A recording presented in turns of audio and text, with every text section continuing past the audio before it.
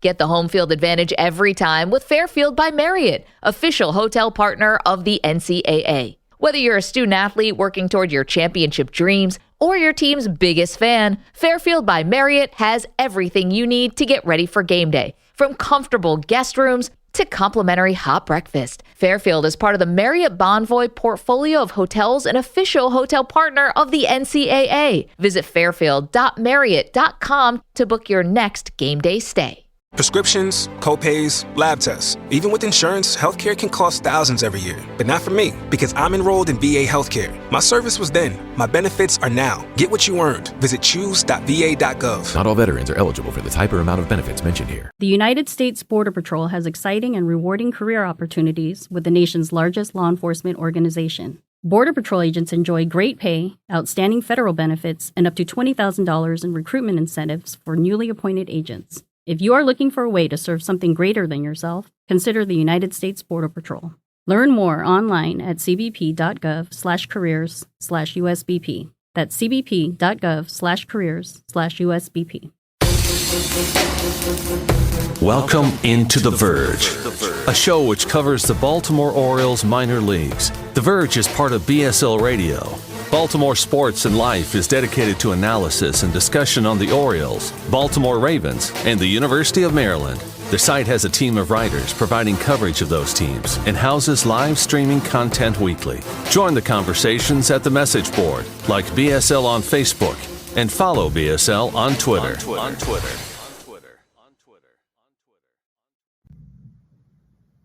Want to make a podcast? Spotify's got a platform that lets you make one super easily, then distribute it everywhere and even earn money, all in one place for free.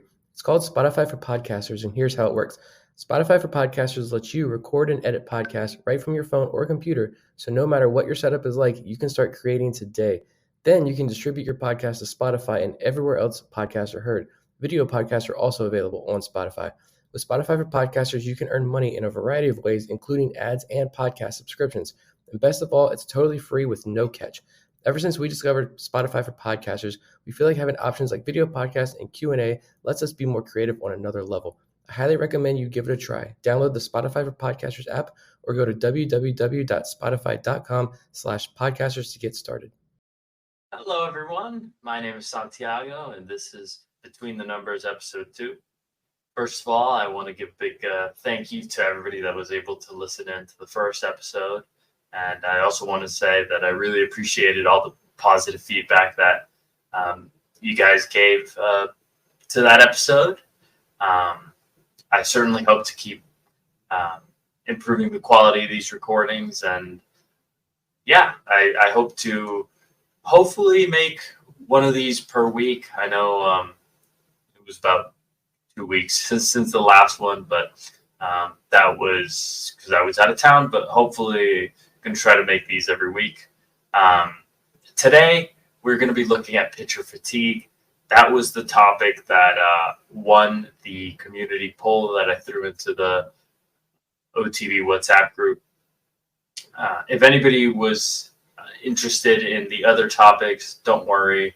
I'm certain that I'll make an episode on each of those topics in the coming weeks. So, yeah, without further ado, let's get into it. A couple of notes regarding what I'll be covering today. I think this is a topic that has generated a lot of buzz in the past couple of weeks, especially since we've seen a lot of commentary on Yennier Cano's lowered arm slot. I think Jim Palmer mentioned it on a broadcast, and Alex Fast of Pitcher List tweeted about it, and Mike Petrillo also tweeted about it. So I think, yeah, there's been a lot of buzz, particularly around Yennier Cano, about potential pitcher fatigue. And as we'll see in this podcast, that certainly has been the case. There are signs that Yennier Cano is showing fatigue.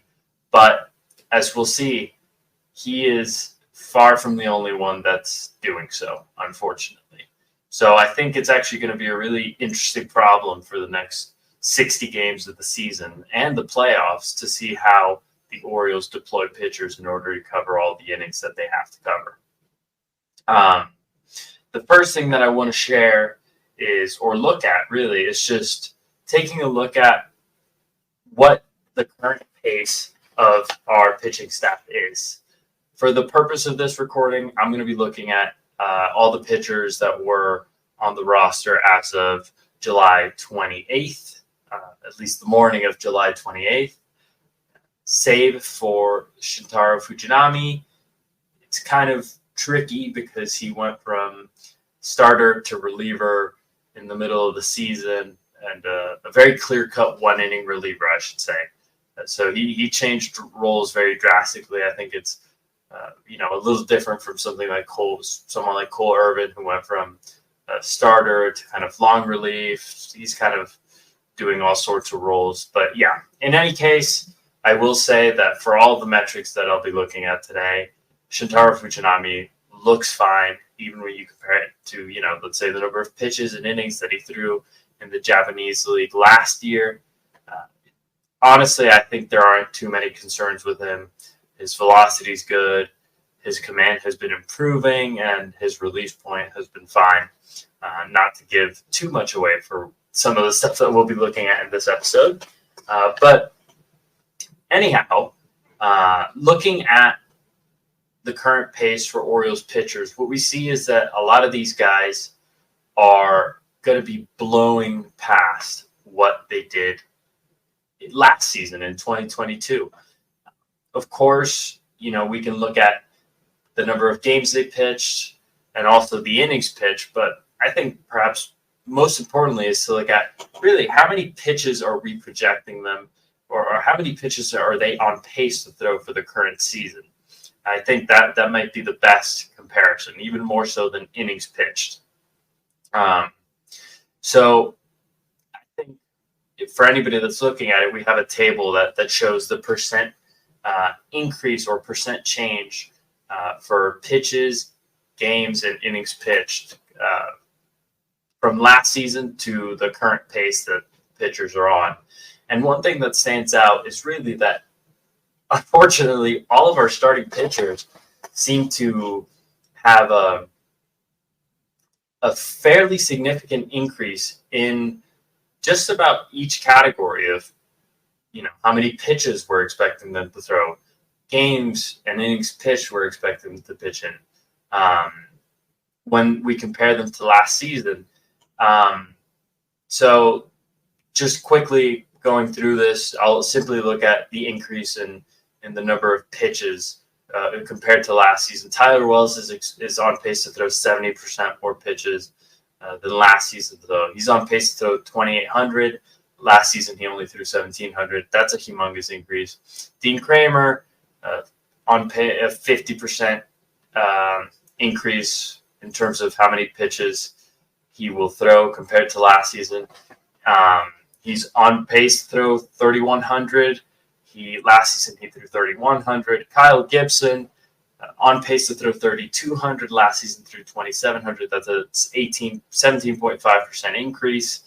Kyle Bradish, he's got a 15.6% increase. He went from 2,400 pitches to now being on pace to 2,800. And Grayson Rodriguez, this is a big one. He's on pace to throw 2,800 pitches this year, and last season he only threw 1,200. In fact, he is already close to the number of pitches that he threw last year, if he hasn't already exceeded it. So obviously that's a red flag immediately, which is just looking at how much our entire rotation is expected to throw compared to what they threw last season. I think it's honestly kind of unrealistic to expect all of these guys to hold up for the remainder of the season and the playoffs, given how much more they will be throwing compared to the 2022 season. And by hold up, I don't necessarily mean injury. I more so mean just, will they have the quality of stuff? Will they be able to hold up their mechanics for the duration of the season? Will they be able to hold up their velocity? So these are all very real concerns for our entire rotation. I think this is going to be a very interesting problem, as I mentioned earlier, for Mike Elias in the front office to address.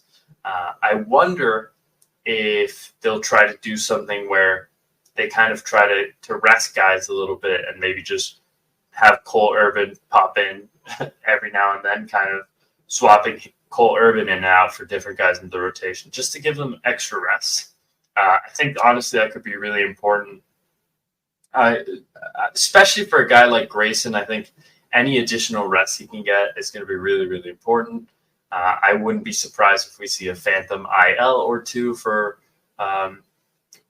one of these starters, or maybe two of these starters, again, just to try to keep them healthy through the season and to keep their stuff and their mechanics and just general arm health up for the remainder of the year and through the playoffs. I think certainly the club hopes to have a deep playoff run, so you definitely want to protect the arms that are the highest quality starters in the organization.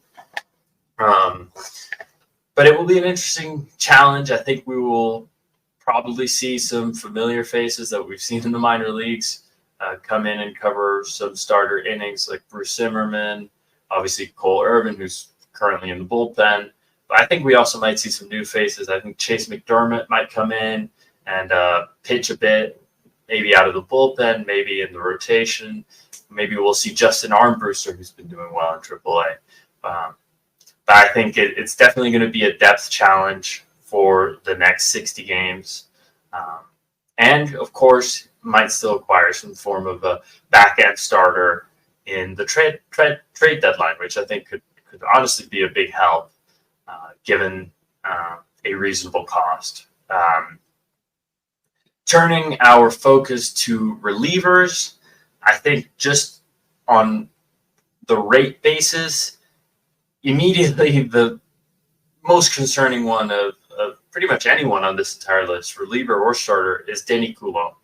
So last season, he was coming off of injury. He only threw 14 1/3 innings. He only threw 260 pitches. He's already thrown more pitches than he did last season. He's on pace to throw 900, which isn't too many. And he's only on pace to throw 55 1/3 innings, which, again, isn't too many. However, that's, about a 250% increase in how many pitches he will throw compared to last season, and how many innings he will throw compared to what he did last season. So that's definitely a guy to keep an eye out in terms of how his stuff holds up, how his velocity holds up, and just how his general health holds up. I think this is a guy who really could be primed to be shut down for a little bit, or, just be used more sparingly than he has. And he has already been used somewhat sparingly, I think, because of this reason that he didn't throw too much last season. I think Yennier Cano is also a guy to keep a lookout. Of course, we mentioned that there's been a lot of buzz about potential fatigue in his arm. And he's not really on pace to throw many more pitches than he did last season. However, he's on pace to pitch in many more games. So I think that really raises the question of, well, what's more stressful? 1,100 pitches in 44 games, or 1,100 pitches in 75 games, where you're very much so in a one-inning role. And I think that's really what's been taking that additional strain, or placing that additional strain on Cano's arm. And, of course, I think Felix, he's on pace to throw about 25% more pitches than he did last season. That is quite significant. I don't think he has shown too many signs of fatigue so far, but it's definitely something to keep an eye out on. But yeah, the next thing I wanted to look at is just kind of some of the key signs of pitcher fatigue. So I will be basing some of these criteria based on a paper published by Dr. John Mishak. And really those three main changes that he discusses in that paper are changes in release point, whether that be an increased or a higher vertical release point, or a lower vertical release point. So the lower vertical release point comes from dropping the elbow from fatigue, and then the higher release point just comes from trying to stay too upright to kind of compensate for fatigue in other areas. Maybe your trunk and your legs, essentially. Also looking out for reduced velocity, and unfortunately, I can't really look at this in this episode. I wasn't able to pull the numbers together, but the third thing to look for is just time in between pitches.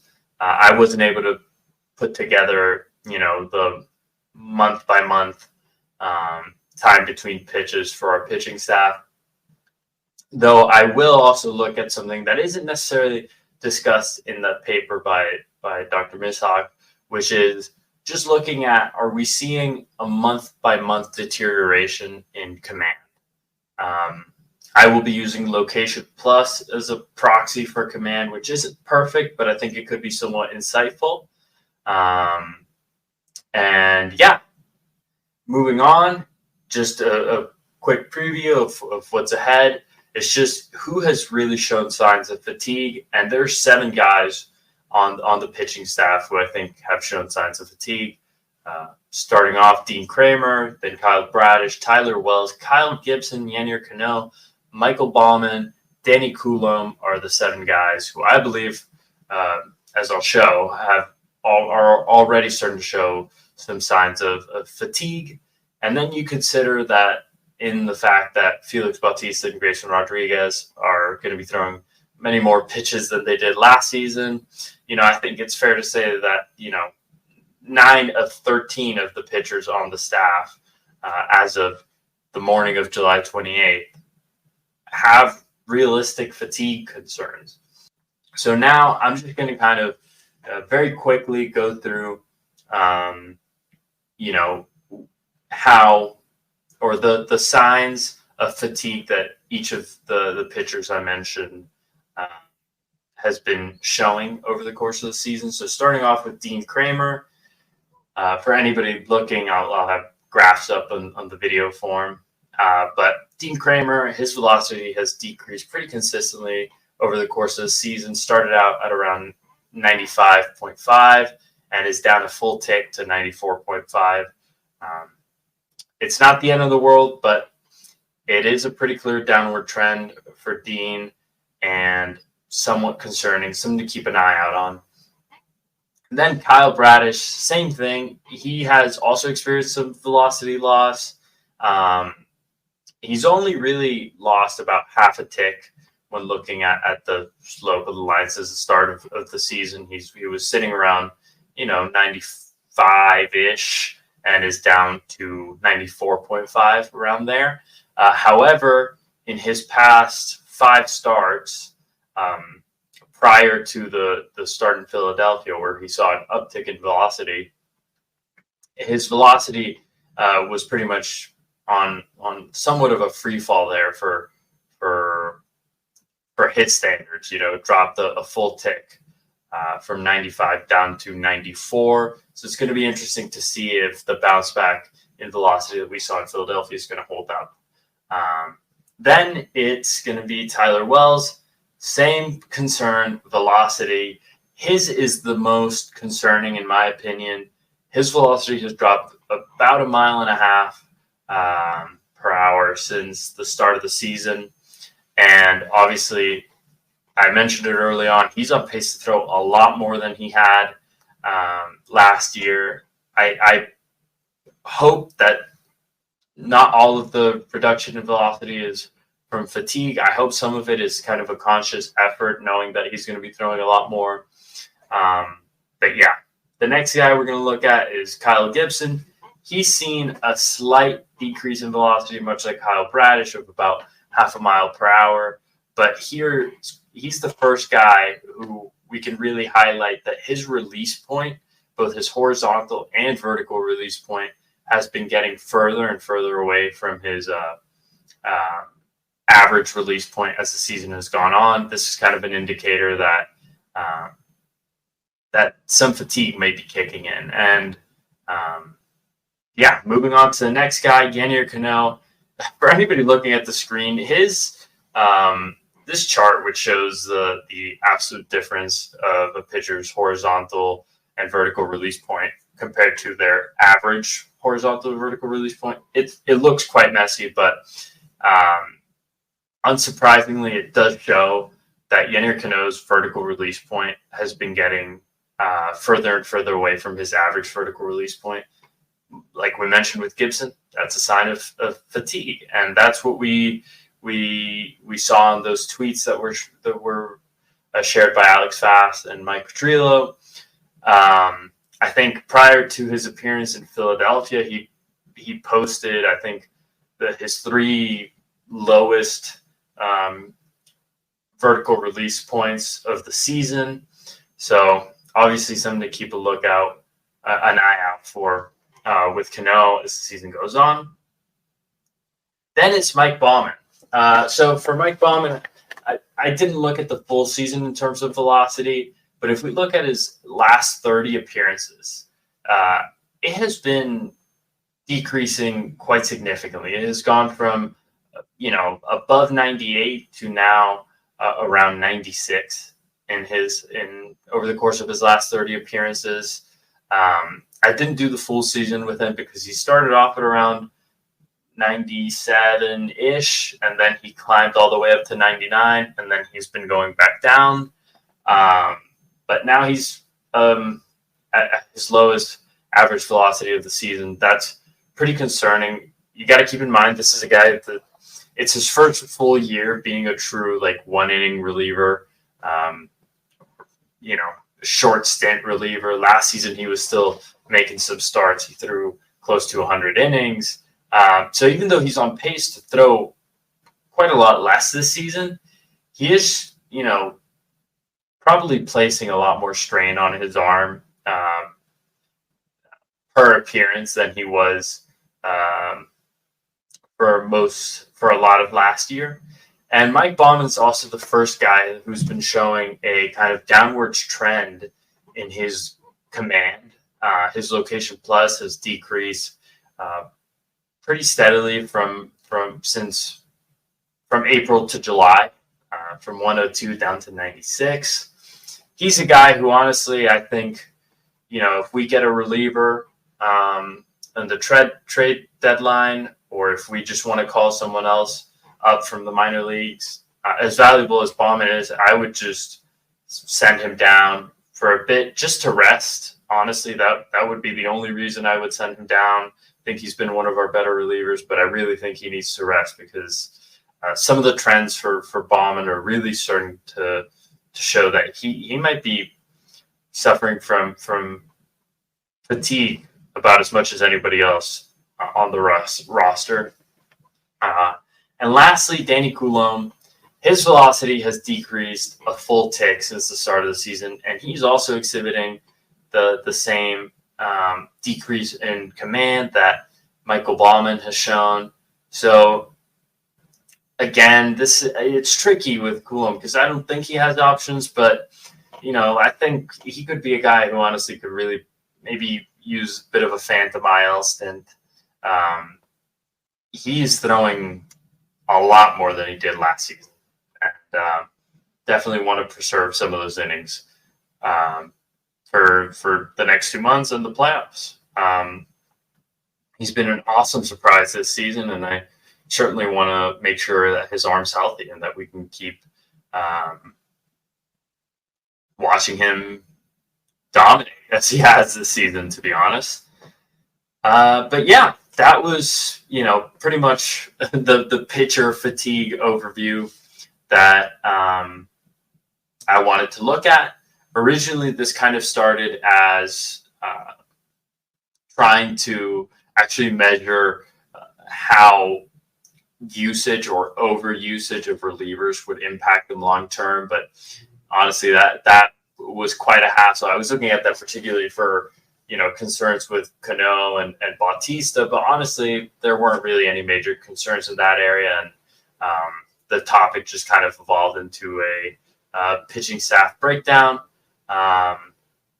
And yeah, I think I'm excited to keep doing these, and I do have one more thing before I wrap up, which is just an interesting little note. While doing all this, looking into release points and whatnot, I actually noticed that almost every pitcher that pitched in the Philadelphia series for the Orioles experienced like fairly significant changes in their horizontal release points and their vertical release points, or in some cases both. My guess would be that something was maybe uncomfortable about the mound for the Orioles. I know some pitchers talk about how you have to adjust to each mound, and I think that might have been the case because, I mean, if one or two guys, have fluctuations in their release points, it's one thing. But when you have almost all of your pitchers experience, multiple shifts in their release points of, at least an inch and a half, which sounds small, but it's actually quite significant when it comes to release point. I think it shows that's something about the mound or something about how the release point was measured maybe by Hawkeye was a little different in Philadelphia than it was in other stadiums. I do personally lean towards the belief that the mound was just not comfortable for the pitcher. Not to make excuses for anybody, but I do believe that. I think the best example of that is Cano's poor appearance.